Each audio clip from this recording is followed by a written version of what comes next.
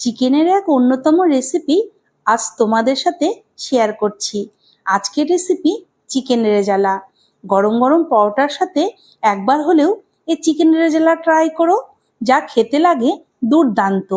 প্রথমে চিকেনের মধ্যে গোলমরিচের গুঁড়ো, নুন, আদা রসুনের পেস্ট, টক দই আর সামান্য তেল দিয়ে ম্যারিনেট করে রাখবো।